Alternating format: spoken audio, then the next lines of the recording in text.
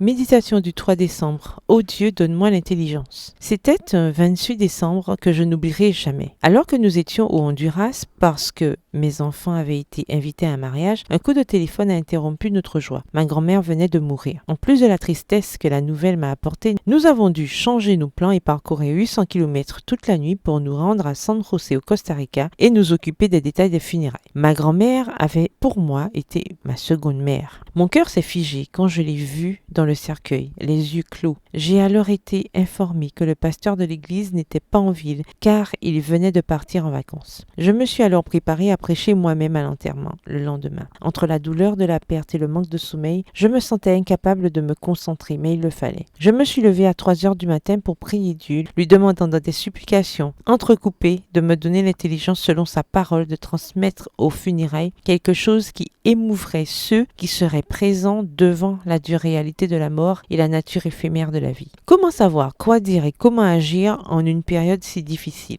et face à de nombreuses paires d'yeux et d'oreilles? Seul, je n'aurais peut-être pas été capable de trouver le bon message, mais mon cri est parvenu jusqu'à l'Éternel et je n'ai aucun doute qu'il l'a entendu. Il y avait beaucoup de visiteurs aux funérailles, même des personnes qui avaient cessé d'aller à l'église. Cet après-midi-là, j'ai vu leurs larmes couler ainsi que le Saint-Esprit agir en elles de manière surnaturelle. Cher ami, ce Dieu qui a été là pour moi à un moment si crucial de ma vie est là pour vous aujourd'hui. Criez en ce jour afin que vous puissiez recevoir l'intelligence d'agir selon sa parole et sa volonté. La prière est le seul saint exercice de l'âme. Elle devrait être sincère, humble, fervente. Lorsque celui qui prie a le sentiment d'être en la présence divine, il s'oublie lui-même. Il n'a aucun désir de faire parade de ses talents. Il ne cherche pas à flatter l'oreille de ceux qui l'écoutent, mais à obtenir les bénédictions après lesquelles l'âme soupire. Texte tiré du livre Conseil à l'Église, au chapitre 51, à la page 236, livre écrit par Ellen G. White.